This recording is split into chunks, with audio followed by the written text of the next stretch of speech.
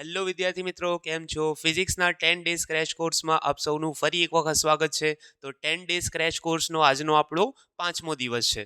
આશા રાખું છું કે આગળના 4 લેક્ચર તમે સારી રીતે તૈયાર કર્યા હશે અને જો તમે આ ક્રેશ કોર્સના 10 વિડીયો લેક્ચરને સારી રીતે તૈયાર કરી લેશો તો મને પૂરેપૂરો વિશ્વાસ છે કે આગામી બોર્ડની એક્ઝામની અંદર તમે સારો એવો સ્કોર કરી શકશો. તો આગળના 4 વિડીયો લેક્ચર આપણે કમ્પ્લીટ કર્યા, જેની અંદર આપણે ટોટલ 27 થિયરી પૂરી કરી હતી. આજના વિડીયો લેક્ચરમાં આપણે આગળની 7 થિયરીઓ જોવાના છીએ. આ 7 થિયરીઓ ટેક્સ્ટબુકના એટલે કે ચોપડીના ચેપ્ટર નંબર 4ની. તમને આ ક્રેશ કોર્સથી કંઈ બી ફાયદો થાય છે એવું જણાતું હોય તો પ્લીઝ તમારા ક્લાસમેટ્સને અને તમારા મિત્રોને ખાસ જરૂરથી રેકમેન્ડ કરજો.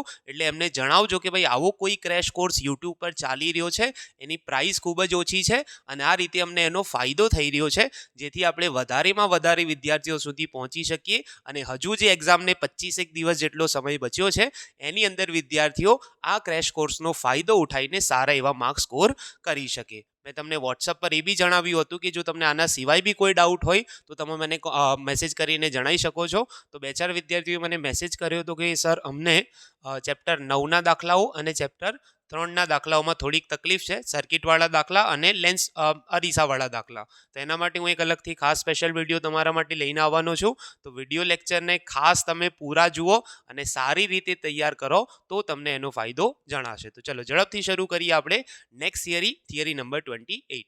ચલો આજનો આપણો પહેલો ક્વેશ્ચન છે, બાહ્ય ચુંબકીય ક્ષેત્રમાં પ્રવાહધારિત સળિયા પર લાગતું ચુંબકીય બળ.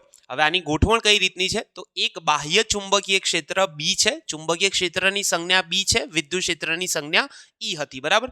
એમાં શું કર્યું છે, આપણે એક એલ લંબાઈનો વાહક સળિયો મૂક્યો છે જેમાંથી પ્રવાહ પસાર થાય છે, કેટલો? આઈ જેટલો. તો જો સ્ટાર્ટિંગના મુદ્દા મેં તમને કીધું તો એ રીતે તમારી લેંગ્વેજ તમારી કોઈ બી વાપરીને લખી શકો છો.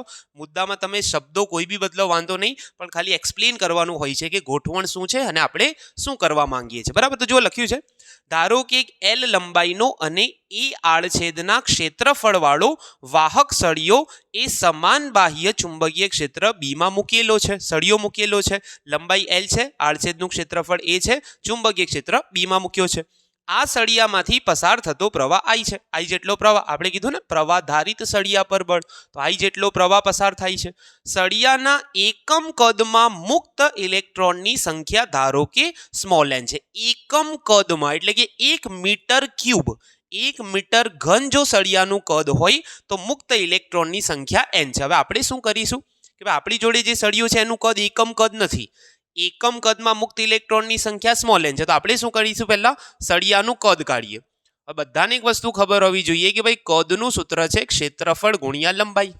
કઈ રીતે? તો ક્ષેત્રફળનો એકમ થાય છે મીટર સ્ક્વેર, લંબાઈનો એકમ થાય છે મીટર, તો મીટર ઘન જે થઈ ગયો એ તમારું કદ બને છે, એ ઇન્ટુ એલ. તો આ થઈ ગયું સળિયાનું કદ. હવે શું કરીશું, હવે આ કદના સળિયામાં કુલ મુક્ત ઇલેક્ટ્રોન, આપણે એમ કીધું એકમ કદમાં મુક્ત ઇલેક્ટ્રોન સ્મોલ એન છે, એટલે કે 1 મીટર ક્યુબ એકમ કદ હોય તો એન જેટલા મુક્ત ઇલેક્ટ્રોન. કેટલા? એન જેટલા. આપણી પાસે કેટલા કદનો સળિયો છે? એ એલ કદનો સળિયો છે, તો એમાં કેટલા મુક્ત ઇલેક્ટ્રોન? એકમ કદમાં એન જેટલા, તો એલ જેટલું આપણા સળિયાનું કદ છે, તો એમાં કેટલા ઇલેક્ટ્રોન? તો એને હું કેપિટલ એન વડે દર્શાવું તો એન ઇન્ટુ એલ. મુક્ત ઇલેક્ટ્રોન તમને કેટલા મળી ગયા? N A L. મુક્ત ઇલેક્ટ્રોનની સંખ્યા મળી ગઈ. હવે ઇલેક્ટ્રોન છે તો એનો કોઈ વિદ્યુત ભાર હશે, એટલે કે આ સળિયામાં ટોટલ આટલા મુક્ત ઇલેક્ટ્રોન છે. આ મુક્ત ઇલેક્ટ્રોન્સના વિદ્યુત ભારનું મૂલ્ય, હવે ઇલેક્ટ્રોનનો વિદ્યુત ભાર બધાને ખબર છે માઇનસ ઈ જેટલો હોય છે, પણ આપણે મૂલ્ય કાઢીએ તો ક્યુ બરાબર એન ઈ. મૂલ્ય કાઢીએ, કુલ ઇલેક્ટ્રોન કેટલા છે? N A L E. આટલો તમારો શું થઈ ગયો? સળિયાનો વિદ્યુત ભાર થઈ ગયો. એટલે કે સળિયામાં કુલ વિદ્યુત ભાર કેટલો છે?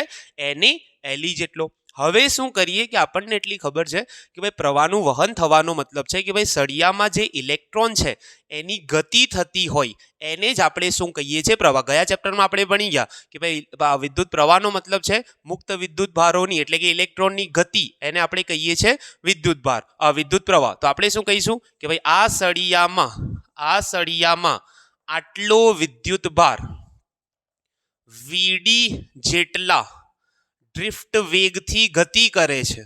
ડ્રિફ્ટ વેગથી ગતિ કરે છે. મેં તમને ગયા ચેપ્ટરમાં એક થિયરી કરાવી હતી ડ્રિફ્ટ વેગ વાળી. એમાં મેં તમને કીધું હતું ડ્રિફ્ટ વેગનો મતલબ છે સુવાહકની અંદર જ્યારે પ્રવાહ પસાર થાય તો એમાં ઇલેક્ટ્રોનની ગતિ થવી જોઈએ, અને ઇલેક્ટ્રોનની ગતિ જે થાય છે કેટલા વેગથી થાય છે?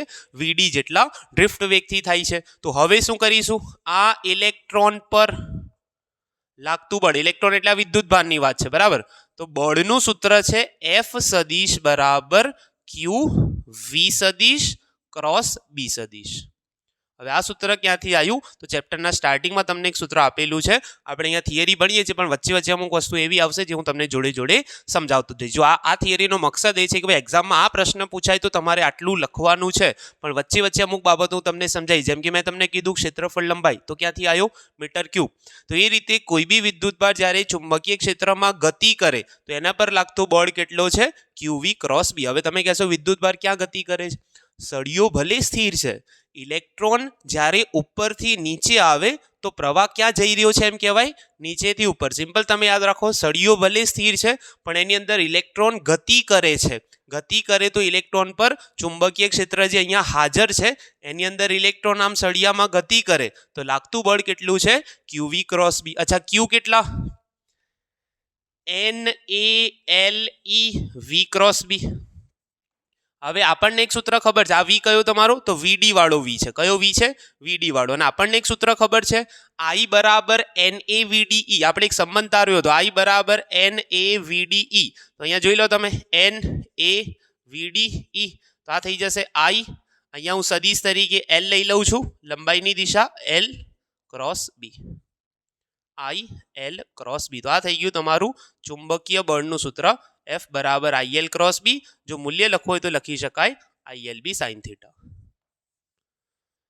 તો સિમ્પલ તમારે યાદ રાખવાનું છે, બાહ્ય ચુંબકીય ક્ષેત્રમાં L લંબાઈનો I પ્રવાહ ધારિત સળિયો બી ચુંબકીય ક્ષેત્રમાં મૂકેલો હોય તો એના પર લાગતા બળનું સૂત્ર કયું છે? ILB sine theta. તો આટલું લખશો તો એક્ઝામમાં પૂરા માર્ક્સ તમને મળી જશે. ચલો, એના પછીનો આપણો પ્રશ્ન છે બાયો સાવર્ટના નિયમની મદદથી પ્રવાહ ખંડને કારણે ચુંબકીય ક્ષેત્ર મેળવો. તો પહેલા આપણે સમજવું પડશે પ્રવાહ ખંડ શું છે. તો જુઓ, સાંભળી લો. કોઈ બી સમજી લો એક સુવાહક તાર છે, એની લંબાઈ કેટલી છે આપણે મતલબ નથી. સમજી લો L લંબાઈ છે, અનંત ગમે તેટલી લંબાઈ હોય. એમાં શું કરો? એક નાનો સરખો લંબાઈનો વિભાગ વિચારો. જો તમને ગૌસનો નિયમ કદાચ ખબર હોય, ગાઉસનો નિયમ, તો આખું ક્ષેત્રફળ હોતું હતું A, એના નાના ખંડને આપણે લેતા હતા DA. તો અહીંયા એ જ રીતે કુલ લંબાઈ L છે, તો નાના લંબાઈના ખંડને તમે શું લઈ લો? DL. આને કહેવાય લંબાઈનો ખંડ. હવે આ જે પ્રવાહ છે જ્યારે આમાંથી પસાર થશે તો અહીંયા જો આપણે આને IDL વડે દર્શાવીએ તો IDL તમારો બને છે પ્રવાહ ખંડ. એટલે કે DL ને તમે શું કહી શકો? લંબાઈનો ખંડ. અને IDL ને તમે શું કહી શકો? પ્રવાહ ખંડ. હવે આ પ્રવાહ ખંડના કારણે કોઈ P બિંદુ એનાથી કોઈ R અંતરે આવેલું હોય તો તમારે શું શોધવાનું છે? ચુંબકીય ક્ષેત્ર. હવે તમે જોઈ શકો છો પ્રવાહ ખંડ તમારો સદિશ છે, કેમ કે લંબાઈનો ખંડ સદિશ છે. લંબાઈ સદિશ કેવી રીતે? તો જેમ કે હું તમને કહું આ તાર છે, હવે આ તારની લંબાઈ 2 મીટર. હવે તમને એમ પૂછું કઈ દિશામાં છે લંબાઈ, તો લંબાઈ નીચેથી ઉપર જાઓ કે ઉપરથી નીચે જાઓ? પણ તમારે જો લંબાઈની દિશા આપવી હોય તો જો પ્રવાહ ઉપર જઈ રહ્યો હોય તો લંબાઈની દિશા ઉપર કહેવાય, જો પ્રવાહ નીચે જઈ રહ્યો હોય તો લંબાઈની દિશા નીચે કહેવાય. તો આપણે શું કરીશું? આજે સીધો તાર હતો, જો સમજી લો કે ભાઈ આ તાર આમ સીધો હોય તો પ્રવાહ ઉપર તો લંબાઈ ઉપર કહેવાય, પણ તાર આમ વક્ર હોય તો પ્રવાહ જો આમ જઈ રહ્યો હોય તો તમારે શું કરવું પડે? આમ સદિશ દોરવો પડે કે ભાઈ અહીંયા IDL ની દિશા જે છે તમારી આમ છે. IDL તમારો ક્યાંક અહીંયા છે, બરાબર? તો એ દિશા તમારે યાદ રાખવાની. IDL એટલે પ્રવાહની દિશામાં. હવે સીધો તાર હોય તો પ્રવાહ સીધો જાય તો લંબાઈની દિશા સીધી કહેવાય. વક્ર હોય તો જે તે બિંદુએ તમારે શું દોરવાનો? સ્પર્શક. એ તમારા IDL ની દિશા કહેવાય. તો શું લખ્યું છે? એક વાહક તાર પર પ્રવાહખંડ IDL વિચારો. આને હું પૂછી નાખું છું. P બિંદુ આ પ્રવાહખંડથી R અંતરે છે. P બિંદુ R અંતરે છે. પ્રવાહખંડને લીધે આ P બિંદુ આગળનું ચુંબકીય ક્ષેત્ર હવે કઈ કઈ બાબતો પર આધાર રાખે છે? તો જો ધ્યાનથી સાંભળી લો. P આગળનું ચુંબકીય ક્ષેત્ર એ આખા તારને લીધે હશે. તારના એક નાના ભાગના લીધે ચુંબકીય ક્ષેત્ર શોધવું છે તો આપણને જે ચુંબકીય ક્ષેત્ર મળશે એ કુલ ચુંબકીય ક્ષેત્રનો થોડોક ભાગ હશે, એટલે કે DB ચલે છે I. પહેલા તો પ્રવાહ પર આધાર રાખે, જેટલો વધારે પ્રવાહ એટલું વધારે ચુંબકીય ક્ષેત્ર. બીજું DB ચલે છે DL. બીજું કોના પર આધાર રાખે? કેટલી લંબાઈનો ખંડ લીધો છે એના પર આધાર રાખે. DB ચલે છે સાઇન થીટા. સાઇન થીટા પર આધાર રાખે. હવે કોની વચ્ચેનો થીટા? તો આ ડીએલ અને આર વચ્ચેનો થીટા, એની ચર્ચા કરીએ છીએ. ડીબી ચલે છે 1/r². અંતરનો વર્ગનો વ્યસ્ત પ્રમાણ, એટલે કે અંતર ઓછું હોય તો ચુંબકીય ક્ષેત્ર પી બિંદુ આગળ કેવું? વધારે. આ બધાને ભેગા કરો. આ પરથી ડીબી ચલે છે I dl sine theta upon r². I dl sine થીટાના સમપ્રમાણમાં, r² ના વ્યસ્ત પ્રમાણમાં. ચલનની નિશાની હટાવો તો અહીંયા આવશે μ0/4π I dl sine theta upon r². આ થઈ ગયું તમારું ચુંબકીય ક્ષેત્રનું મૂલ્ય. હવે બધાને એક વસ્તુ ખબર છે, જ્યારે આપણે પાછળ સાઇન થીટા લગાવીએ તો આગળ આપણે ક્રોસ જે હોય છે બે સદીશો વચ્ચે, એને રિમૂવ કરવો પડે છે. જેમ કે હું તમને કહી દઉં પી ક્રોસ ઈ, તો તમે પાછળ મૂકો છો પી ઈ સાઇન થીટા. હવે સાઇન થીટા હટાવું તો પાછો શું લખી શકાય? પી ક્રોસ ઈ. તો આ સાઇન થીટા કોની વચ્ચેનો છે? તો ધ્યાનથી સમજી લો. સદિશ સ્વરૂપ કયું? તો ડીબી સદિશ μ0/4π આઈ ડીએલ ક્રોસ આર ભાગ્યા આરનો ઘન. તમને થશે કે ઉપર આર ક્યાંથી આવ્યો અને નીચે આરનો ઘન કઈ રીતે થઈ ગયો? તમે આના પરથી આ ઉલટું વિચારો. આ ક્રોસ હટાવો તો શું બને? જોઈ લો ધ્યાનથી. આ ક્રોસ હટાવીએ તો આ બનશે તમારું આઈ ડીએલ. ક્રોસ હટી જાય તો આર સાઇન થીટા અને ભાગ્યા કેટલા? આરનો ઘન. આ આર અહીંયાથી એક ઉડી જાય, અહીંયા બને સ્ક્વેર. તો આ જવાબ મળે છે μ0/4π I dl sine theta upon r². જો આ કોઈ એમ ના સમજતા, આઈ ક્રોસ ડીએલ નથી. આ આઈ ક્રોસ ડીએલ નો સાઇન થીટા નથી. આઈ ડીએલ ક્રોસ આર નો સાઇન થીટા હતો. નીચે આર ક્યુબ છે, પણ જ્યારે તમે એનો આર હટા એટલે કે સાઇન થીટા લખો ક્રોસ હટાવીને, તો એક આર શું થઈ જાય? ઉપર નીચે કેન્સલ થઈ જાય. તો જવાબ તમારા સદિશ સ્વરૂપમાં નીચે આરનો ઘન આવે છે અને ઉપર આવે છે ક્રોસ આર. તો આ તમે એક્સ્ટ્રામાં યાદ રાખજો ક્યાંથી આવ્યું. બરાબર, એક્સ્ટ્રામાં યાદ રાખજો આ બંને વસ્તુઓ. અચ્છા, હવે છેલ્લે શું લખવાનું છે કે ભાઈ અહીં μ0 એ શૂન્યાવકાશની શું છે? પરમીએબિલિટી છે. શું છે? પરમીએબિલિટી છે. તેનું મૂલ્ય μ0 બરાબર 4π ગુણ્યા 10⁻⁷ છે. મૂલ્ય કેટલું છે? 4π ગુણ્યા. અચ્છા, હવે આનું કંઈ એકમ બી હશે તો જો એકમ કઈ રીતે તારવીએ? 4π નો તો કંઈ બી ના થાય. ડીબી નો તમારો શું થાય? આ બાજુ ડીબી નો થાય તમારો ટેસ્લા. અચ્છા, આ અહીંયાથી તારવીએ ડીબી નો ટેસ્લા. આ r² ઉપર જાય તો મીટર સ્ક્વેર. ચલો, આઈ એટલે એમ્પિયર, ડીએલ એટલે મીટર. એમ્પિયર મીટર, તો આ મીટર કેન્સલ થઈ જાય, અહીંયાથી સ્ક્વેર જતો રહે. ટેસ્લા મીટર પર એમ્પિયર. કયો એકમ છે? ટેસ્લા મીટર પર એમ્પિયર. કોનો? μ0. અચ્છા, μ0/4π નું મૂલ્ય તમારે ઘણી જગ્યાએ, જેમ કે આની અંદર તમારે ડાયરેક્ટ આખા μ0/4π નું મૂલ્ય મૂકવું હોય તો μ0/4π આ બાજુ કરી લો. μ0/4π બરાબર 10⁻⁷ ટેસ્લા મીટર પર એમ્પિયર. તો મોટાભાગના દાખલામાં તમારે μ0/4π ની જરૂર પડશે. જો μ0 એકલાનું મૂકો તો કેટલું મુકાય? 4π ગુણ્યા 10⁻⁷. એક્ઝામમાં પ્રશ્ન પૂછાય તો આટલું તમારે લખવાનું. ચલો, એના પછીની આપણી જે થિયરી છે, બાયો સાવર્નના નિયમની મદદથી પ્રવાહધારિત રિંગનું ચુંબકીય ક્ષેત્ર મેળવવા. હમણાં આપણે ખાસ કિસ્સો બી લખવાનો છે. પહેલા અક્ષ પર મેળવીશું, પછી આપણે કેન્દ્ર પર મેળવીશું. તો જો આ પ્રકારની તમારી જોડે એક રિંગ છે, ત્રિજ્યા આર છે, આઈ જેટલો પ્રવાહ પસાર થઈ રહ્યો છે. હવે આ રિંગ તમે આમ નથી મૂકેલી, પહેલા વિચારી લો, આમ મૂકેલી છે. એટલે કે આ જે પ્રવાહ છે પાછળથી આગળ આવી રહ્યો છે, આમ પાછળથી આગળ. બરોબર, શું લખ્યું? ધારો કે એક આર ત્રિજ્યાની વર્તુળાકાર રિંગમાંથી આઈ જેટલો પ્રવાહ પાછળથી આગળની દિશામાં વહન પામે છે. પાછળથી આગળ, ત્રિજ્યા છે કેપિટલ આર. રિંગની અક્ષ પર કેન્દ્રથી એક્સ અંતરે પી બિંદુ છે. આ રિંગની અક્ષ કહેવાય. કેન્દ્રથી એક્સ અંતરે કયું? પી બિંદુ છે. હવે રિંગ પર પ્રવાહખંડો આઈડિયલ વિચારો. હવે પ્રવાહખંડનો મેં તમને મતલબ કીધું કે ભાઈ રિંગની આખી લંબાઈ પર એક નાનો લંબાઈનો ખંડ ડીએલ વિચારો, એમાંથી પ્રવાહ પસાર થાય તો એને કહેવાય પ્રવાહખંડ આઈડિયલ. તો એક પ્રવાહખંડ હું અહીંયા વિચારું છું ઉપર, આઈડિયલ, અને એક પ્રવાહખંડ હું અહીંયા વિચારું છું નીચે, આઈડિયલ. હવે મેં તમને હમણાં શું કીધું? પ્રવાહખંડની દિશા એ પ્રવાહની દિશામાં હોય. જો તારમાં ઉપર પ્રવાહ જઈ રહ્યો હોય તો પ્રવાહખંડ ઉપર કહેવાય, નીચે જઈ રહ્યો હોય તો નીચે કહેવાય. વક્ર હોય તો શું કરવાનું? તમારે સ્પર્શક દોરવાનું. તો સમજી લો, મારી જોડે આ રીતે રિંગ છે, પ્રવાહ પાછળથી આગળ આવી રહ્યો છે, આમ પાછળથી આગળ. એક્ઝેક્ટલી ટોપ બિંદુ પર પ્રવાહ આગળ જઈ રહ્યો છે, તો ઉપરની દિશામાં પ્રવાહખંડ બાર તરફ કહેવાય. નીચેથી પ્રવાહ આમ અંદર જઈ રહ્યો છે, તો હું સ્પર્શક દોરું તો પ્રવાહખંડ ક્યાં દોરાય? અંદર. એટલે કે ઉપરના બિંદુએ પ્રવાહખંડ આમ બહારની દિશામાં કહેવાય, નીચેના બિંદુએ પ્રવાહખંડ આમ અંદરની દિશામાં. તમે બોર્ડ પર જુઓ છો તો તમને આમ જોવાશે. રિંગ ખરેખર આમ છે. પાછળથી આગળ પ્રવાહ. ઉપરના ટોપ બિંદુ પર સ્પર્શક દોરો તો બહાર દોરાય, નીચેના બિંદુ પર દોરો તો અંદર દોરાય. તો ઉપરનો જે પ્રવાહખંડ છે આમ બહારની દિશામાં છે અને નીચેનો પ્રવાહખંડ આમ અંદરની દિશામાં છે. આ છે તમારા આઈડિયલ. હવે આપણે પી બિંદુ આગળ ચુંબકીય ક્ષેત્ર શોધવું છે આ પ્રવાહખંડોના કારણે. તો આપણને આ અંતર ખબર હોવી જોઈએ. તો આ અંતર જે છે તમારું સ્મોલ આર છે અને નીચેના પ્રવાહખંડથી બી અંતર કેટલું છે તમારું સ્મોલ આર જેટલું છે. તો આપણે લખ્યું કે ભાઈ પી બિંદુ આ પ્રવાહખંડોથી આર અંતરે છે. તો પહેલા આપણે એક કામ કરીશું. આની અંદર આકૃતિ પરથી સ્મોલ આર એટલે કે આ કાટકોણ ત્રિકોણમાં પાયથાગોરસ પ્રમેય લગાવીએ. આકૃતિ પરથી સ્મોલ આર સ્ક્વેર બરાબર capital R square plus X square. Small R square બરાબર capital R square plus X square. જો હું આર નું મૂલ્ય શોધું તો સામે વર્ગમૂળ લગાવવું પડે. વર્ગમૂળનો મતલબ શું થાય? 1/2 ઘાત.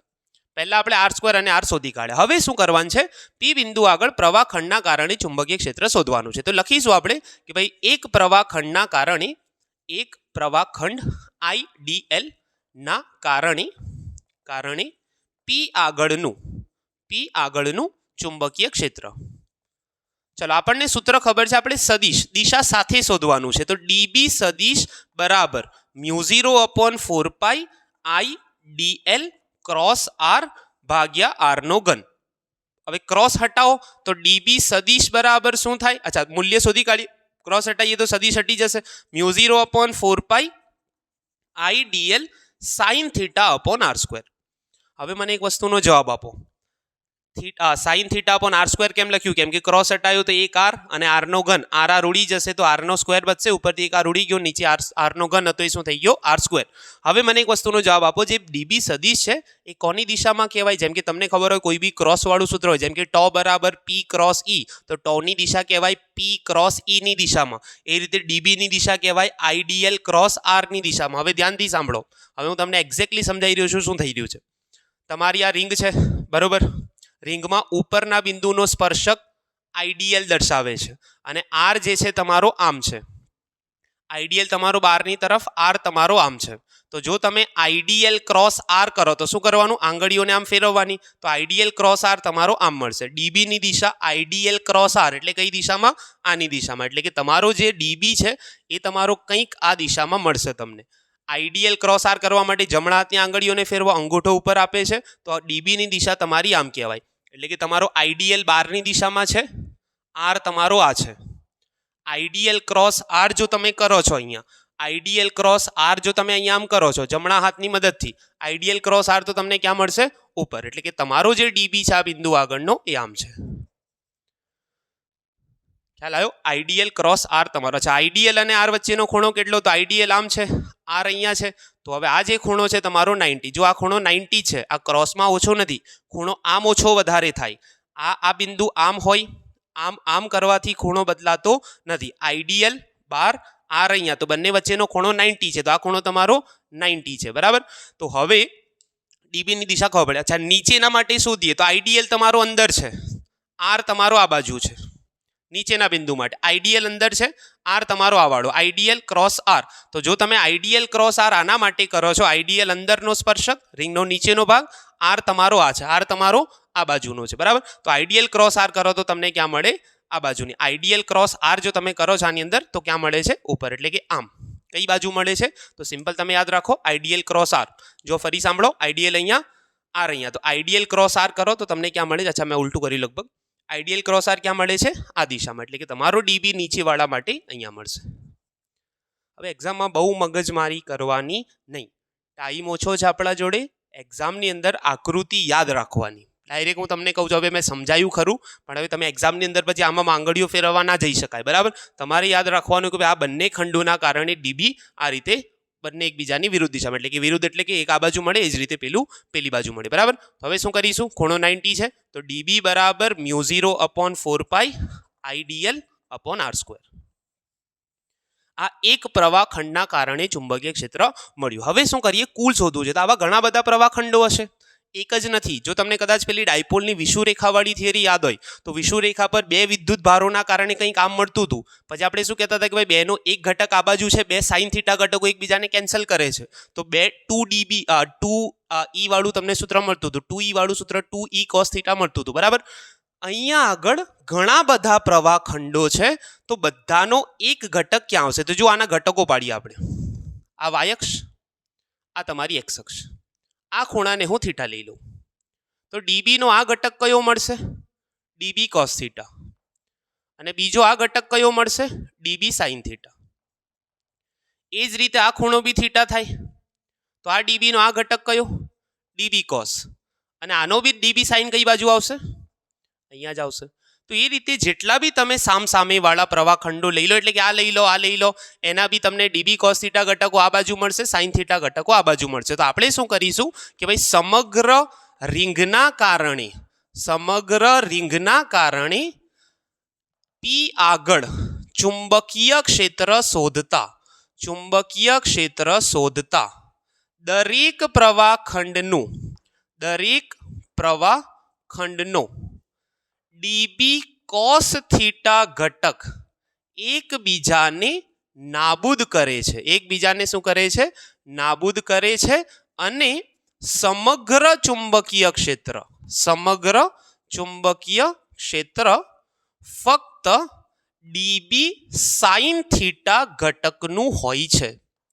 સમગ્ર ચુંબકીય ક્ષેત્ર એ દરેકના ડીબી સાઇન થીટા. જો અહીંયા 2 ડીબી સાઇન થીટા ના કરી શકાય, કેમ કે ખાલી બે જ પ્રવાહ ખંડો નથી, ઘણા બધા પ્રવાહ ખંડો છે, બધાનો ડીબી સાઇન થીટા આ બાજુ મળે. તો કુલ ચુંબકીય ક્ષેત્રને તમે બી લઈ લો, બરાબર μ0/4π. હવે ધ્યાનથી જુઓ, એક ખંડનું ડીબી હતું તો કુલને શું કર્યું? બી કર્યું. μ0/4π એમના એમ. પ્રવાહ તો કુલમાં બી આઈ જ છે. હવે એકની લંબાઈ તમે ડીએલ લીધી હતી, તો બીજાની લંબાઈ, આખાની લંબાઈ તમારે કેટલી લેવાની? એલ. એલ એટલે કેટલા? 2πr. સિમ્પલ. નાના ખંડની લંબાઈ ડીએલ, પ્રવાહ ખંડની, આખી રિંગની લંબાઈ એના પરિઘ જેટલી. પરિઘ એટલે કેટલો? 2πr. છેદમાં r² છે, અને આનો કયો ઘટક? Sine theta. કુલ શોધવા માટે તમારે સાઇન થીટા ઘટકો લેવાના છે. બધાના સાઇન થીટા ઘટકના લીધે આ ચુંબકીય ક્ષેત્ર, બધાના એટલે કેટલી લંબાઈના? 2πr. અને કયો ઘટક? સાઇન થીટા ઘટક, કેમ કે કોસ થીટા ઘટકો ઉપર નીચે આગળ પાછળ એકબીજાને શું કરે છે? કેન્સલ. ચલો કિંમતો મૂકીએ. μ0/4π I 2πr છેદમાં r² હું રહેવા દઉં છું. સાઇન થીટા કેટલા? Sine theta. તો આકૃતિમાં તમે ધ્યાનથી જુઓ, જો આ ખૂણો થીટા હોય તો આ ખૂણો બી તમારો થીટા થાય. કઈ રીતે? તો કોઈ બી બે લાઈનો વચ્ચે જે ખૂણો હોય એમના લંબ વચ્ચે બી એ જ ખૂણો થાય. જો ધ્યાનથી, આ ડીબી કોસ થીટા છે, તો એને લંબ કઈ લાઈન છે? આ લાઈન છે. આ તમારો ડીબી છે, તો એને લંબ કઈ લાઈન છે? આ લાઈન છે. તો આ બે વચ્ચેનો થીટા છે, તો આ બે વચ્ચેનો બી કેટલો થાય? થીટા થાય. સાઇન થીટા જો આકૃતિમાં સામેની બાજુ r અને કર્ણ small r. Sine theta capital R upon small r. હવે હું શું કરી શકું? r નો ઘન કરી દઉં, પછી r ની કિંમત મૂકું, એનો ઘન કરું, અથવા r² અલગથી મૂકું, r અલગથી મૂકું. હું શું કરું છું? ધ્યાનથી જુઓ. આ પહેલા જે ઉડતું એને ઉડાવી દો. 2π ને 4π વડે કેન્સલ કરો, બે બચે. અહીંયા બચે છે ઉપર μ0 I r into r, r² છેદમાં 2. આ r² એટલે કેટલા? r² + x². r² + x² ની કેટલી ઘાત? 1 ઘાત. અને સ્મોલ r એટલે કેટલા? r² + x² ની અડધી ઘાત. સ્મોલ r એટલે અડધી ઘાત. અચ્છા, 1 અને અડધી, તો જવાબ શું આવે? μ0 I r² upon 2 r² + x² ની 1 અને અડધી દોઢ એટલે 3/2. μ0 I r² upon 2 r² + x² ની કેટલી ઘાત? 3/2 ઘાત. હવે હું શું કરું છું? આ તમને મળ્યું કેટલા અંતરે? x અંતરે ચુંબકીય ક્ષેત્ર. કેન્દ્રથી x અંતરે ચુંબકીય ક્ષેત્રમાં ત્રિજ્યા અને એ અંતરની જરૂર પડે છે. હવે આનો સાઈડમાં હટી જવું એટલે સ્ક્રીનશોટ લઈ શકાય. હવે કેન્દ્ર પર શું કરવાનું? જો અહીંયા જ લખીને બતાવી દઉં છું તમને. કેન્દ્ર પર શોધવા માટે શું કરવાનું? તો કેન્દ્રમાં તમે મને હવે જવાબ આપો. છેલ્લો જવાબ હું રહેવા દઉં છું, આને જ વાપરવાનું છે. બરાબર. જો કેન્દ્ર પર શોધવું હોય તો શું કરવાનું? કેન્દ્ર પર તમે મને જવાબ આપો કે આ પી બિંદુ અત્યારે અહીંયા છે, ઉઠીને જો કેન્દ્ર પર આવી જાય તો આ જે x અંતર છે શું થઈ ગયું કહેવાય? 0. પી બિંદુ અહીંયા આવી જાય તો x બરાબર 0. બસ આ સૂત્રમાં x બરાબર 0 લઈ લો. બી કેન્દ્રને હું BO વડે દર્શાવીશ.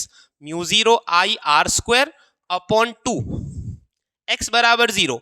r² ની 3/2.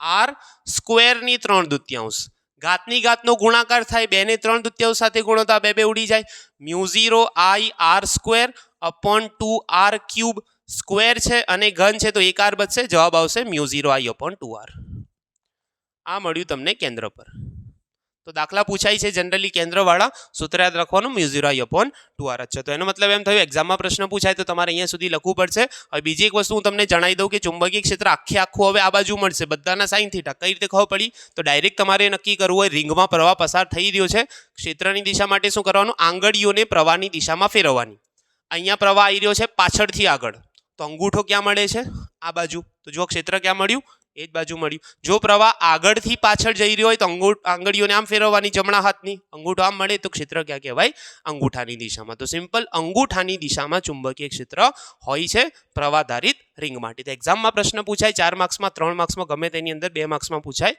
તો તમારે આટલું લખવાનું તો એના પછીનો આપણો પ્રશ્ન છે એમ્પિયર સર્કિટલના નિયમની મદદથી પ્રવાહધારિત તારથી આર અંતરે ચુંબકીય ક્ષેત્ર મેળવો તો એમ્પિયર સર્કિટલનો પહેલા નિયમ લખવો પડશે પછી આપણે પ્રવાહધારિત તારથી આર અંતરે ચુંબકીય ક્ષેત્રનું સૂત્ર મેળવીશું કોની મદદથી આ નિયમની મદદથી તો નિયમનું વિધાન સિમ્પલ છે એમ્પિયર સર્કિટલના નિયમ અનુસાર વિધાન આવું છે બંધ ગાળા પર ચુંબકીય ક્ષેત્રનું રેખા સંકલન પહેલા સમજી લઈએ પછી હું લખીને બતાવું છું શું છે એનો મતલબ બંધ ગાળા પર ચુંબકીય ક્ષેત્રનું રેખા સંકલન એ તેના વડે ઘેરાયેલા પ્રવાહ અને શૂન્ય અવકાશની પરમિએબિલિટીના ગુણાકાર બરાબર હોય છે પહેલા વિધાન ધ્યાનથી સાંભળો બંધ ગાળા પર ચુંબકીય ક્ષેત્રનું રેખા સંકલન હવે સંકલન તો આ કહેવાય ચુંબકીય ક્ષેત્રનું એટલે બીનું રેખા સંકલન એટલે લંબાઈ પર dl હવે જ્યારે બી સંકલન બંધ ગાળા પર કરો તો આ રીતનું ગોળની નિશાની આપવાની આને કહેવાય બંધ ગાળા પર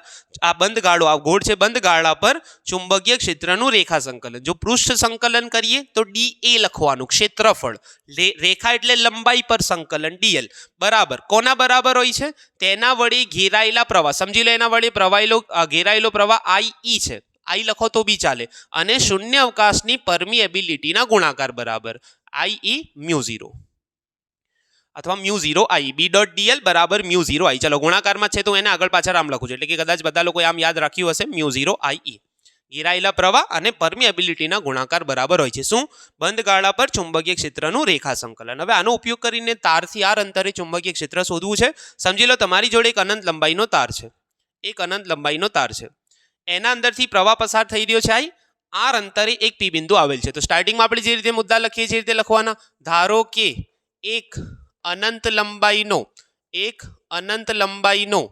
લંબાઈના તારથી તારને લંબ આર અંતરે પી બિંદુ આવેલ છે હવે આપણે જો કદાચ તમને એક વસ્તુ યાદ હોય આપણે પહેલા ચેપ્ટરમાં ગાઉસના નિયમના ઉપયોગો ભણતા હતા એમાં આપણી જોડે આવો જ એક તાર હતો અહીંયા એક પી બિંદુની આગળ વિદ્યુત ક્ષેત્ર શોધવાનું તો આ તારના બધા બિંદુઓ પર વિદ્યુતભાર હતો તો આપણે એને ઘેરવા માટે એક નળાકાર બંધ પૃષ્ઠ વિચાર્યો હતો જેને આપણે ગાઉસિયન પૃષ્ઠ બી કહી શકીએ છીએ બરાબર તો અહીંયા તમારે તારને ઘેરવા માટે હવે તારમાંથી પ્રવાહ પસાર થઈ રહ્યો છે અહીંયા કોઈ વિદ્યુતભાર નથી એને ઘેરવા માટે તમારે આ રીતે એક બંધ ગાળો વિચારવાનો છે એટલે કે તારને તમારે આમ ઘેરવાનો છે એટલે કે આ વર્તુળાકાર બંધ ગાળો જેના પર આપણે સંકલન કરવાનું છે તો આપણે શું લખીશું આ તારની ફરતે એક આર ત્રિજ્યાનો વર્તુળાકાર બંધ ગાળો વિચારો એક બંધ ગાળો વિચારવાનો છે પછી શું લખીશું એમ્પિયર સર્કિટલના નિયમ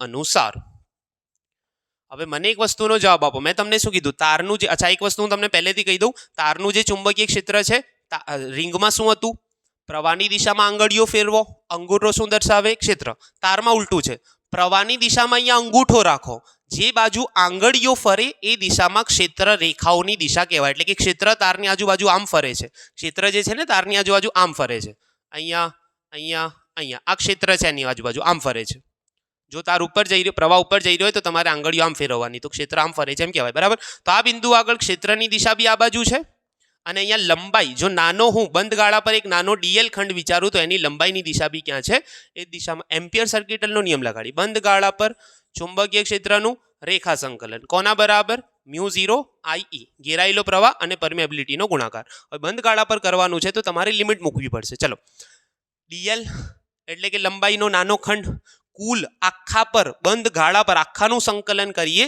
તો પ્રારંભિક 0 થી લઈને આખા બંધ ગાળાની લંબાઈ થાય 2πr. તમે અહીંયાથી લંબાઈ માપવાનું ચાલુ કરો 0 થી લઈને આખું જ્યારે તમે ફરીને આવો તો કુલ લંબાઈ એની પરિઘ જેટલી થાય. કેટલી થાય? 2πr. ચલો, b.dl સંકલન કરીશું તો b તો તમારો અચળ છે, dl નું સંકલન શું થાય? l થઈ જાય. ક્યાંથી ક્યાં? 0 થી 2πr બરાબર μ0 I.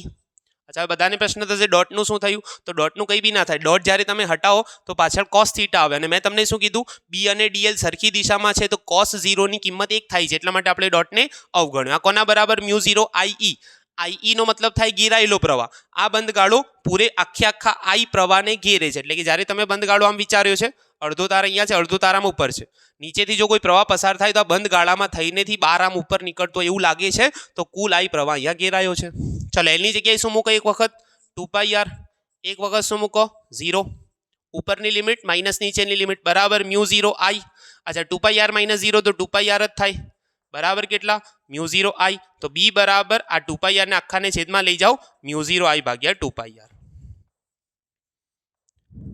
તો સિમ્પલ એમ્પિયર સર્કિટના નિયમમાં આટલું લખવાનું. પ્રવાહ ધારિતા તેની દિશા કઈ રીતે કાઢવાની? જો પ્રવાહ ઉપર જઈ રહ્યો તો અંગૂઠાને ઉપર રાખો, આંગળીઓ આમ ફરે તો ક્ષેત્ર આમ કહેવાય. પ્રવાહ નીચે જઈ રહ્યો હોય તો આંગળીઓ આમ ફરે તો ક્ષેત્ર આમ કહેવાય. રિંગમાં શું કરવાનું? પ્રવાહની દિશામાં આંગળીઓ ફેરવો, અંગૂઠો ક્ષેત્ર આપે. તારમાં શું કરવાનું? પ્રવાહની દિશામાં અંગૂઠો રાખો, આંગળીઓ ક્ષેત્ર આપે. તો આ વસ્તુ તમારે યાદ રાખવાની, આટલું એક્ઝામમાં લખવાનું. ચલો, એના પછીની આપણી ઇમ્પોર્ટન્ટ થિયરી છે સોલિનોઇડની અંદરનું ચુંબકીય ક્ષેત્રનું સૂત્ર મેળવવાનું છે. તો જો મુદ્દા મેં લખીને રાખ્યા છે, શાંતિથી મુદ્દા સમજીએ અને પછી સાબિતી એની આપીએ છીએ. તો સોલિનોઇડનો આકાર બધાને ખબર છે. તો પહેલા શું લખ્યું? તારને એકબીજાથી ચોક્કસ અંતરે હેલિકલ આકારમાં વીંટાળતા બનતી રચનાને સોલિનોઇડ કહે છે. તારને એકબીજા સાથે આમ હેલિકલ આકારમાં નજીક વીંટાળો તેને શું કહેવાય? બનતી રચનાને સોલિનોઇડ.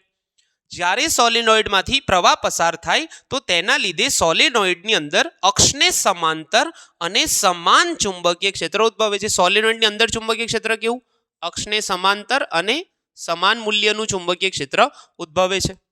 સોલિનોઇડની બહારના ભાગમાં ચુંબકીય ક્ષેત્ર લગભગ નહીવત હોય છે. બહારના ભાગમાં સોલિનોઇડનું ચુંબકીય ક્ષેત્ર લગભગ ના બરાબર લગભગ શૂન્ય એને લેવામાં આવે છે, નહીવત હોય છે, બરાબર. આ સોલિનોઇડનો એક આડછેદ લઈ બંધ ગાળો ABCD વિચારો. હવે શું કરવાનું છે તો સમજી લો, મેં તમને કીધું કે ભાઈ સોલિનોઇડ તમારો કંઈક આ રીતનો છે, આ રીતનો. આમ આગળથી જુઓ તો તમને કંઈક આ રીતનો આમ સોલિનોઇડ જોવાય કે ભાઈ આ આકારની અંદર આમ આગળ વધે છે, નળાકાર, બરાબર. આ નળાકારને તમે આમ કાપો, આડો કાપો, આ સોલિનોઇડને તમે આમ કાપો તો તમને પાછળના આંટા જોવાશે. આમ આ રીતના શું જોવાશે? પાછળના આંટા. તો સોલિનોઇડનો આડછેદ તમે કંઈક જોશો તો કંઈક આ રીતનો જોવાશે, એટલે કે આ પાછળના આંટા તમને જોવાય છે. આમ પાછળથી અડધા આંટા તમને આમ જોવાય છે, બરાબર. આગળનો ભાગ એનો કાપી નાખ્યો. આડછેદ લેવાનો મતલબ આખા સોલિનોઇડનો પાછળનો વક્ર તમને આમ જોવાશે, પાછળનો વક્ર તમને આમ જોવાશે. એટલે કે દરેક રિંગમાંથી સમજી લો આ પ્રવાહ પાછળથી આગળ આવી રહ્યો છે, તો ઉપરના દરેક ભાગમાંથી પ્રવાહ આમ બહાર આવી રહ્યો છે. બહાર આવે તો તમે એને શું દર્શાવો છો? ડોટ વળી દર્શાવો છો. અને અહીંયાથી આમ ફરીને પછી આમ અંદર જઈ રહ્યો છે. જો સોલિનોઇડને ખરેખર કાપવાનો નથી, બરાબર. કોઈ એમ ના સમજે કાપી નાખ્યો તો પછી પ્રવાહ ક્યાંથી બહાર આવશે?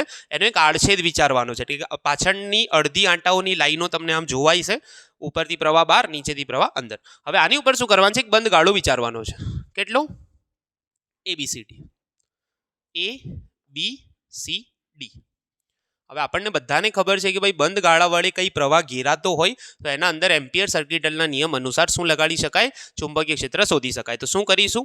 એમ્પિયર સર્કિટલના નિયમ અનુસાર. હવે ધ્યાનથી જોજો, નિયમ લગાડતા એમ લખી. એમ્પિયર સર્કિટલનો નિયમ શું છે કે ભાઈ બંધ પૃષ્ઠ પર ચુંબકીય ક્ષેત્રનું બંધ ગાળા પર ચુંબકીય ક્ષેત્રનું રેખા સંકલન.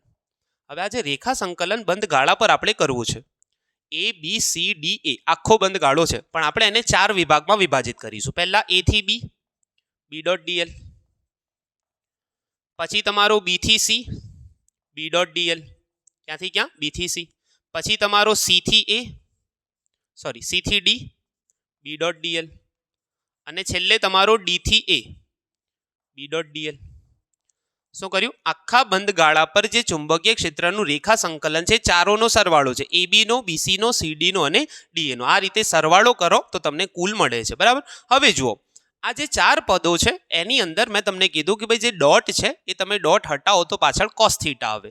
cos થીટાની કિંમત જો cos 90 હોય તો જવાબ તમારો શૂન્ય થઈ જાય. હવે ધ્યાનથી સાંભળો, આ બંધગાળાને તમે આમ વિચાર્યો છે, આમ ABCD, આમ આ લાઈન જુઓ, B થી C માટે લંબાઈ ઉપરની દિશામાં છે અને ચુંબકીય ક્ષેત્ર અંદર આ બાજુ છે. બધાને ખબર છે ને, ચુંબકીય ક્ષેત્ર અંદર આ બાજુ છે.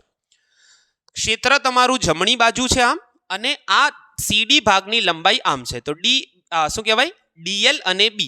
DL અને B કયા ભાગની વાત છે? B થી C. B થી C. DL અને B વચ્ચેનો ખૂણો 90 છે. cos 90 ની કિંમત 0 થાય તો આ પદ કેન્સલ. એ જ રીતે આ ભાગ જુઓ, લંબાઈ એની નીચે તરફ છે, ક્ષેત્ર આમ જઈ રહ્યું છે. તો B.dl, D થી A વાળામાં બી ખૂણો cos 90 થાય તો આ પદ તમારું 0. તો અહીંયા શું લખીશું કે ભાઈ અહીં સંકલન B થી C B.dl બરાબર સંકલન D થી A B.dl બરાબર 0. કારણ છે થીટા બરાબર 90. આ બંને ભાગનું ચુંબકીય ક્ષેત્ર 0. હવે બચ્યા કેટલા? તો આ બે બચ્યા. હવે આ બેની અંદર બી આ જે CD વાળો ભાગ છે, સંકલન આ ઉપરાંત સંકલન CD વાળો ભાગ છે B.dl, એ બી શૂન્ય થાય. એનું કારણ છે B બરાબર 0. આ બે 0 થવાનું કારણ શું છે કે ભાઈ આ બંને જે છે ક્ષેત્રને લંબ દિશામાં છે, તો એમના માટે ડોટ હટાવો તો પાછળ cos 90 ની કિંમત 0 થાય. C થી D વાળા ભાગનો બી જવાબ 0 આવે, કેમ કે ભલે એમાં ખૂણો 90 નથી, ભલે આ B અને DL વચ્ચે ખૂણો 90 નથી, પણ આ જે CD વાળો ભાગ છે ક્ષેત્રની બહાર છે. બહાર હોવાનો મતલબ એનું ચુંબકીય ક્ષેત્ર જ 0 છે. તો પછી આ ખૂણો ગમે તેટલો હોય, ક્ષેત્ર 0 હોય તો આ ભાગ બી શું થાય? 0. તો હવે બચ્યું કેટલું? તો હવે શું બચ્યું? તો કુલ જે તમારું રેખા સંકલન હતું B.dl એ ખાલી કયા ભાગનું છે? A થી B ભાગનું છે. B.dl કયા ભાગનું છે? A થી B ભાગનું. હવે શું કરીએ? B.dl બરાબર લખીએ μ0 IE બરાબર. હવે A થી B ની જે લિમિટ છે, હવે હું શું કરું કે ભાઈ બંધ ગાળો A થી B સુધી લિમિટ છે, તો એની લંબાઈ કંઈક વિચારવી પડે. હવે શું કરીએ કે ભાઈ આ અહીં L લંબાઈ લેતા, L લંબાઈનો મતલબ શું છે કે ભાઈ સંકલન B.dl બરાબર, તો આ બાજુ શું થઈ જશે? આખું μ0 IE બરાબર. અહીંયા 0 થી L લઈ લઈએ, એટલે કે આની જે A થી B સુધીનું સંકલન કરવાનું છે એને તમે આખો ઘેરી લો. એટલે કે તમે એમ વિચારો કે ભાઈ આ જે બંધ ગાળો છે આખા સોલેનોઇડને આમ ઘેરે છે, તો આખી લંબાઈ સોલેનોઇડની L હોય તો આ બંધ ગાળાના A થી B વાળા ભાગની લંબાઈ બી શું લઈ શકાય? L લઈ શકાય. μ0 હવે આખા સોલેનોઇડને ઘેરો છો તો ઘેરાયેલો પ્રવાહ I અને B અને DL નું સંકલન શું થઈ જાય? L થઈ જાય.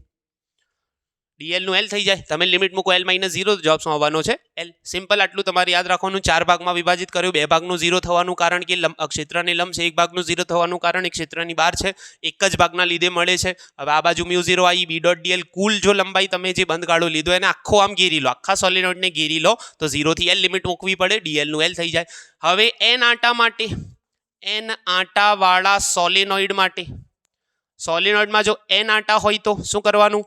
μ0 NI બરાબર BL. અચ્છા, B ને અહીંયા રાખો, L ને આ બાજુ લાવો, B બરાબર μ0 NI upon L. એક જવાબ તમને આ મળ્યો, μ0 NI upon L. અચ્છા, હવે અહીંયા હજુ શોર્ટ કરવો છે જવાબને, તો કેપિટલ N upon L ને સ્મોલ n લખી દો. હવે કેપિટલ N upon L બરાબર સ્મોલ n, તો B બરાબર થઈ જાય μ0 સ્મોલ NI.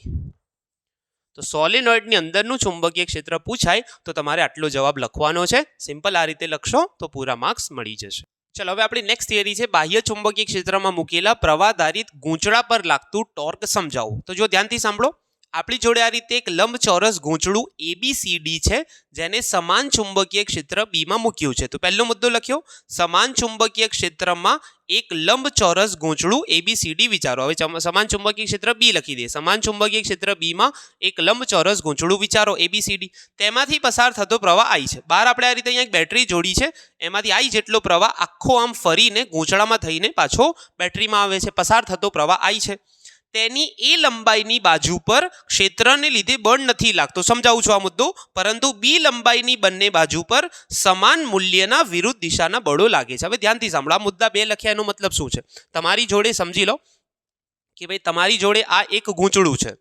ગૂંચળાને તમે અત્યારે આમ જુઓ છો, પ્રવાહ આમ ઉપર જઈ રહ્યો છે, આમ સાઈડમાં, આમ નીચે અને આ બાજુ, બરાબર. હવે આની અંદર જે પ્રવાહની દિશા છે ઉપર અને ક્ષેત્રની દિશા આ બાજુ.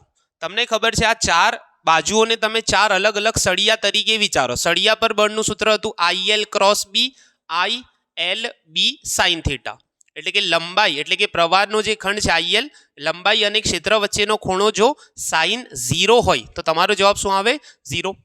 ઉપરની બાજુનો આઈએલ પ્રવાહની દિશા જમણી બાજુ છે અને ક્ષેત્ર બી ક્યાં છે? જમણી બાજુ. તો ઉપરની દિશામાં આઈએલ અને બી વચ્ચેનો ખૂણો સાઇન 0 છે તો ઉપરની બાજુ પર બળ નહીં લાગે. નીચેની બાજુમાં પ્રવાહ આમ પાછળ છે, પાછળ, અને તમારું ક્ષેત્ર જમણી બાજુ છે તો બંને એકબીજાની વિરુદ્ધ દિશામાં. સાઇન 180 નો બી જવાબ શું આવે? 0 આવે. આ બે બાજુ પર બળ નહીં લાગે. પણ આ બાજુ જુઓ, આ બાજુ છે તમારી આઈએલ ઉપર, ક્રોસ બી આ બાજુ. તો જો હું તમને એક્ઝેક્ટલી જણાવી દઉં કઈ દિશામાં બળ લાગશે. તમારો જે આઈએલ છે આ જમણી બાજુ માટે પ્રવાહની દિશા ઉપર આમ અને ચુંબકીય ક્ષેત્ર આ બાજુ. આઈએલ ક્રોસ બી કરો જમણા હાથની આંગળીઓની મદદથી. આઈએલ ઉપર પ્રવાહ ઉપર જઈ રહ્યો છે, ક્ષેત્ર આ બાજુ. આઈએલ ક્રોસ બી કરો તો બળ ક્યાં લાગે છે? પાછળ. આ બાજુ પર જે બળ લાગી રહ્યું છે આમ પાછળ એટલે અંદર.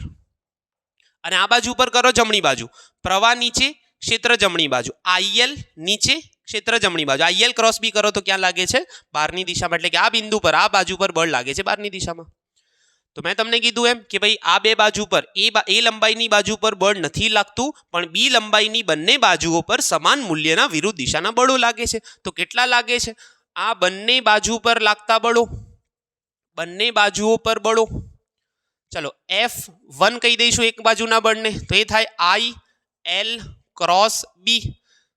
મૂલ્ય કાઢીએ તો આઈ, એની લંબાઈ કેટલી છે આ બાજુની? સ્મોલ બી જેટલી. ચુંબકીય ક્ષેત્ર કેપિટલ બી, અને સાઇન મેં તમને કીધું એમ 90 છે. આઈએલ પ્રવાહ ઉપર છે, ચુંબકીય ક્ષેત્ર જમણી બાજુ. આમાં આઈએલ પ્રવાહ નીચે છે, ચુંબકીય ક્ષેત્ર જમણી બાજુ. ખૂણો 90 છે તો સાઇન 91 થઈ જાય. F1 બરાબર આઈ બી બી. ચલો બીજી બાજુ પર તે જ રીતે બીજી બાજુ પર F2 સદિશ બરાબર I L cross B. F2 નું મૂલ્ય કાઢીએ તો આઈ, લંબાઈ બી જેટલી છે એની બી, ચુંબકીય ક્ષેત્ર કેપિટલ બી છે, સાઇન 90. તો F2 નો જવાબ બી કેટલો આવે? આઈ સ્મોલ બી કેપિટલ બી. તો બંને બાજુ પર લાગતા બળોના મૂલ્યો સમાન અને વિરુદ્ધ દિશામાં. તો લખીશું આ બે બળોના કારણે ગૂંચળું ટોર્ક અનુભવશે. ગૂંચળું શું અનુભવશે? ટોર્ક અનુભવશે. ટોર્કનું સૂત્ર છે આર ક્રોસ એફ. ધ્યાનથી સાંભળો, ટોર્કનું તમારું સૂત્ર છે ટો બરાબર R F sine theta. R cross F લઈએ તો આર એટલે ભ્રમણાક્ષથી અંતર. હું સાઈડમાં લખેલું રાખીશ, ભ્રમણાક્ષથી અંતર. એફ એટલે બળનું મૂલ્ય અને સાઇન થીટા એટલે બંને વચ્ચેનો ખૂણો. જો ધ્યાનથી, ભ્રમણાક્ષથી અંતર એટલે શું? હવે ધ્યાનથી સાંભળો. આ ગૂંચળું જે છે તમારું, હવે એટલી ખબર પડી ગઈ કે ભાઈ અહીંયા અંદર બળ લાગે છે, અહીંયા બહાર લાગે છે, તો ગૂંચળું તમારું આમ ફરશે. ગૂંચળું તમારું આમ ફરશે, બરાબર. એ ગૂંચળાને જો તમે કીધું કે ભાઈ અહીંયા અંદર અંદર બહાર, તો આમ ફરે છે. આને તમે આગળથી વિચારો, જે બળ અંદર હતું આગળથી વિચારો તો ક્યાં લાગે? નીચે. જે બળ બહાર હતું આગળથી વિચારો તો ક્યાં લાગે? ઉપર. અને તમને આગળથી ગૂંચળાની ખાલી એક જ બાજુ જોવાશે, કઈ? એ વાળી. આ ગૂંચળાને તમે આગળથી જુઓ છો એમ વિચારો. આખી લંબાઈ એ છે. જે પાછળ બળ હતું એ નીચે, જે આગળ બળ હતું એ તમારું ઉપર. અને ગૂંચળું જ્યારે ફરે છે આમ, ગૂંચળું આમ ફરે છે, પોતાની જગ્યાએ રહીને આમ ફરે છે આમ, તો તમારી ભ્રમણાક્ષ કઈ કહેવાય? તો વચ્ચેથી પસાર થતી રેખા. ભ્રમણાક્ષનો મતલબ આ બિંદુ અહીંયાનું અહીંયા સ્થિર જ રહેશે. આખું ગૂંચળું આ લાઈનની આસપાસ ફરે છે. આ લાઈન કહેવાય ભ્રમણાક્ષ. આખું ગૂંચળું આની આસપાસ આમ ફરે છે, એટલે કે આ લાઈન તમારી ત્યાં જ રહેશે. ગૂંચળું ગમે તેટલી વખત ફરી જાય, આ લાઈન તમારી ત્યાંની ત્યાં જ રહેશે. તો તમારી ભ્રમણાક્ષ આ કિસ્સામાં તમે પોતે વિચારો, ગૂંચળું ફરવાનું ચાલુ કરે તો આ લાઈનની આસપાસ આમ ફરે છે. એટલે કે પોતાની જગ્યાએ જ રહીને, આ ભ્રમણાક્ષ છે તો એની આસપાસ ગૂંચળું આમ શું કરે છે? ફર્યા કરે છે. તો આગળથી જુઓ તો તમારી ભ્રમણાક્ષ આ કહેવાય. આગળથી ગૂંચળું આ સેન્ટરની આસપાસ આમ ફર્યા કરે છે. તો ભ્રમણાક્ષ તમારી કઈ કહેવાય? આ બિંદુ. તો ભ્રમણાક્ષથી આ અંતર કેટલું? a/2. ભ્રમણાક્ષથી પેલા બળનું અંતર કેટલું? a/2. તો મેં તમને શું કીધું? ટો બરાબર આર એફ સાઇન થીટા મૂકવાનું હોય છે, પણ એમાં આર કયો લેવાનો? ભ્રમણાક્ષ. અને સાઇન થીટા બંને વચ્ચેનો કેટલો? આ આર અહીંયા છે, એફ અહીંયા છે, 90 નો ખૂણો. આર એટલે a/2, એફ એટલે આ છે 90 નો ખૂણો. તો તમે ખરેખર ખૂણો આમ આપવાનો હોય છે, ખરેખર ખૂણો આમ આપવાનો હોય છે, આ 90, અને ખરેખર આ બહારની દિશામાં a/2 છે, તો આ ખૂણો કેટલો? 90. તો શું કરીશું આપણે? ટોર્ક.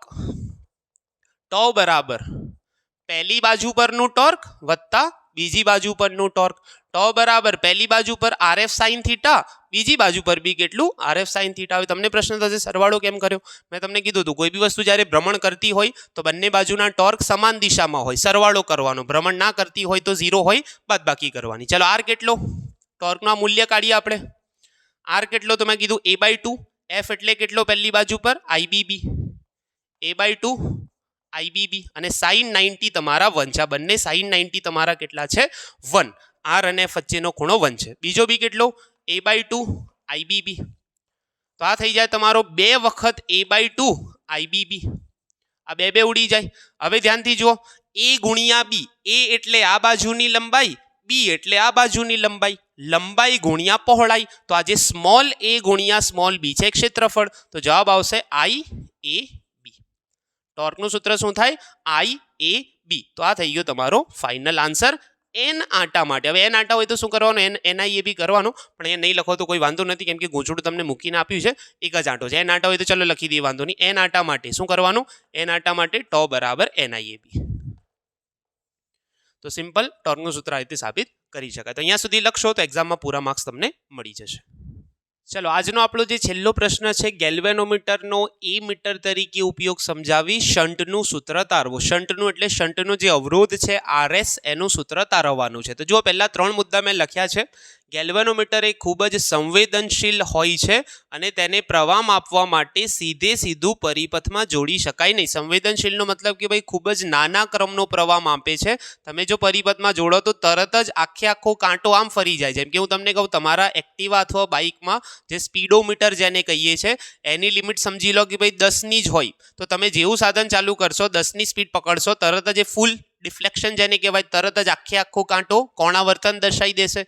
તો પછી તમે એના આગળની ઝડપ કેટલી થઈ એ માપી શકવાના નથી. તો એ જ વસ્તુ છે, ગેલ્વેનોમીટર નાના ક્રમનો જ પ્રવાહ માપી શકે. જો આપણે પ્રવાહ માપવો હોય મોટા ક્રમનો તો એને સામા ફેરવવું પડે. પ્રવાહ માપવા માટે તેને સમાંતર ખૂબ જ નાના મૂલ્યનો શંટ જોડી તેને એ મીટરમાં ફેરવવું પડે. ગેલ્વેનોમીટરને સમાંતર એ ખૂબ જ નાના મૂલ્યનો શું જોડવાનો? શંટ જોડવાનો અને એ મીટરમાં ફેરવવાનો. જો આ રીતે કરીએ તો ગેલ્વેનોમીટરનો પ્રવાહ IG અને શંટનો પ્રવાહ I-IG. તો આનો મતલબ શું છે જુઓ, સમજી લો.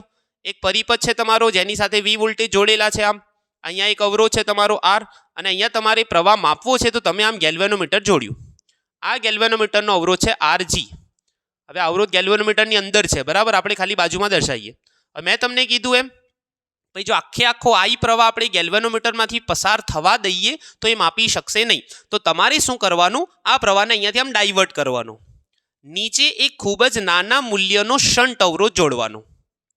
તો પ્રવાહ જે આવ્યો છે, હવે તમને ખબર છે પ્રવાહ જોડે 2 રસ્તા હોય. તો જ્યાં ઓછો અવરોધ હોય ત્યાં વધારે પ્રવાહ જાય. તો I-માંથી થોડોક જ ભાગ ઉપર જશે IG, બાકીનો મોટા ભાગનો પ્રવાહ નીચેથી જતો રહેશે જેને કહીશું આપણે I-IG. I-માંથી IG ઉપર જતો રહ્યો, નીચે I-IG, બંને ભેગા મળીને ફરી I થઈ જશે અહીંયા. તો હવે આ બંને સમાંતરમાં છે. હવે એક્ઝામની અંદર પ્રશ્ન પૂછાય, ગેલ્વેનોમીટરને તો આપણે બાહ્ય અવરોધ સાથે સામા જોડ્યું છે, શ્રેણીમાં જોડ્યું. આ આખી જે રચના બની, શંટ જોડ્યા પછી જે આખી રચના બની એને કહેવાય છે એ મીટર. તો અહીંયાથી પ્રવાહ ગયો IG, અહીંયાથી ગયો I-IG. હવે RG એટલે કે ગેલ્વેનોમીટરના અવરોધની સાથે સમાંતરમાં શંટ જોડવાનો છે. તો પરિપથનો એ મીટરનો સમતુલ્ય અવરોધ, એ મીટરનો સમતુલ્ય અવરોધ. તો તમે એને RA સમતુલ્ય, સમાંતર જોડાણનો સમતુલ્ય શું થાય? 1/RA. તમે ઇક્વલન્ટ લખો છો સમતુલ્ય એ મીટર માટે, એ લખી શકો. કોનો? RG અને RS નો સમાંતરમાં. ચલો 1/RA, ચોકડી ગુણાકાર કરો, RS ઉપર જાય વત્તા RG. તો આને હું લખી શકું RG વત્તા RS અને છેદમાં બંનેનો ગુણાકાર RG RS. વ્યસ્ત કરો, સમતુલ્ય અવરોધ એ મીટરનો મળી ગયો RG RS divide by RG plus RS. સમતુલ્ય કેટલું એ મીટરનો? RG RS છેદમાં RG પ્લસ RS. હવે આપણને એટલી ખબર છે કે ભાઈ પ્રવાહના ભાગ પડી ગયા. કેટલા? ઉપર IG, નીચે I-IG. પણ સમાંતરમાં હોય તો વોલ્ટેજ સમાન. તો શું લખીશું? અહીં બંને શાખાઓમાં વોલ્ટેજ સમાન હોય છે.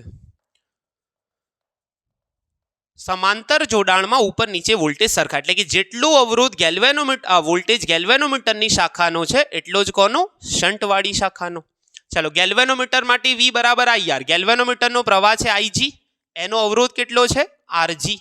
શંટવાળી શાખામાં કેટલો પ્રવાહ છે I માઇનસ IG. કેટલો I માઇનસ IG ઇન્ટુ કેટલા RS. IR કરવાનું હોય છે ને, તો અહીંયા IGRG, અહીંયા I minus IG into RS. RS ને જો તમે કરતા બનાવીને આને નીચે લઈ આવો, RS બરાબર IGRG divide by I minus IG. તો આ થઈ ગયું તમારું શંટનું સૂત્ર. એ મીટર તરીકે ઉપયોગ સમજાયો એટલા માટે એ મીટરનો સમતુલ્ય કાઢી લીધો. આપણે RS કાઢવાનો હતો. RS શું છે? શંટ અવરોધ, જેને કહેવાય છે શંટનું સૂત્ર તારો. તો એક્ઝામમાં પ્રશ્ન પૂછાય રીતે. અચ્છા, MCQ મેં તમને શું કીધું? પ્રશ્ન પૂછાય ગેલ્વેનોમીટરને ક્યાં જોડવામાં આવે છે? તો એને જોડવામાં આવે છે શ્રેણીમાં. પણ જે શંટ જોડવામાં આવે છે એને ક્યાં જોડવામાં આવે છે? સમાંતરમાં. અને આખી જે રચના બને છે એ તો શ્રેણીમાં છે, કેમ કે આપણે પ્રવાહ માપવાનું છે. તો આટલું તમે ખાસ યાદ રાખજો. આના સિવાય વોલ્ટ મીટર વાળું બી પ્રશ્ન છે, પણ એમાં એવું કંઈ શંટ જેવું આવતું નથી, પણ એને ઉપરથી તમે વાંચી લેશો તો MCQમાં કામ લાગશે. તો આજનો આપણો લેક્ચર અહીંયા પતે છે. હું સાઈડમાં હટી જાઉં સ્ક્રીનશોટ લેવા માટે. તો અહીંયા આજની આપણી 7 થિયરીઓ પતે છે. આશા રાખું છું તમે એન્જોય કર્યું હશે, સમજાયું હશે. કંઈ બી ડાઉટ હોય તમે મને કોમેન્ટમાં અથવા મેસેજ પર જણાવી શકો છો. મળીશું ફરી નેક્સ્ટ લેક્ચરમાં. ત્યાં સુધી ભણતા રહો. Thank you very much.